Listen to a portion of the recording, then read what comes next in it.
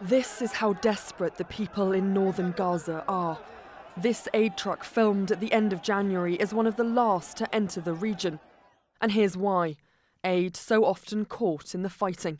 Now CNN can exclusively reveal that this truck carrying vital food headed for northern Gaza was hit on February 5th by an Israeli shell, despite an agreement to provide a safe route.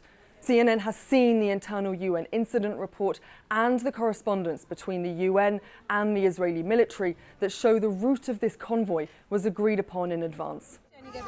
And with starvation imminent for many across Gaza, experts say hitting a food truck is a potential war crime. Looking at it with the available facts, it's really difficult to see how this could be a legal attack. And so at minimum, it would look like a very serious violation of international humanitarian law. Whether it's also criminal then depends on questions of intent. The truck set off as part of a UN-marked convoy of 10 up Al-Rashid Road in the early hours. It reached an IDF holding point at 4:15 a.m. Stationary for over an hour, it was then hit at 5:35 a.m. Fortunately, no one on board was killed. The UN says they were hit by Israeli naval gunfire, and in satellite imagery taken just 2 hours after the attack, CNN identified ships that could only be Israeli naval boats. They've been deployed along the coast and are attacking Gaza from the west.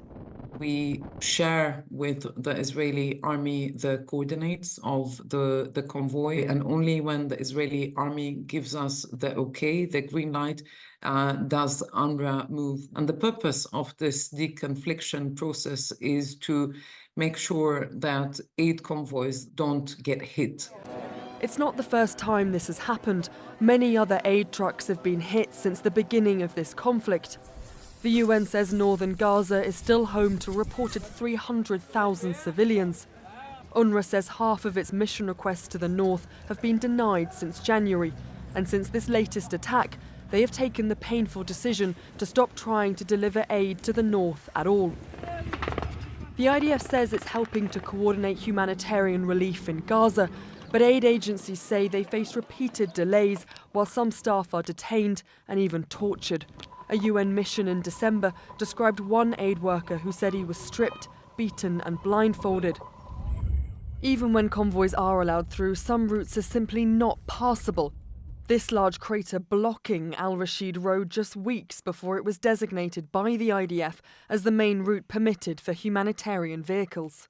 Such large percentages of the population are at such dire need, at such immediate risk of starvation. From that perspective, it's really hard for me to understand what kind of potential military rationale could be advanced to justify actions like this.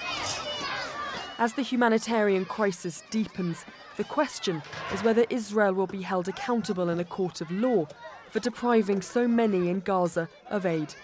Katie Poglaze, CNN, London.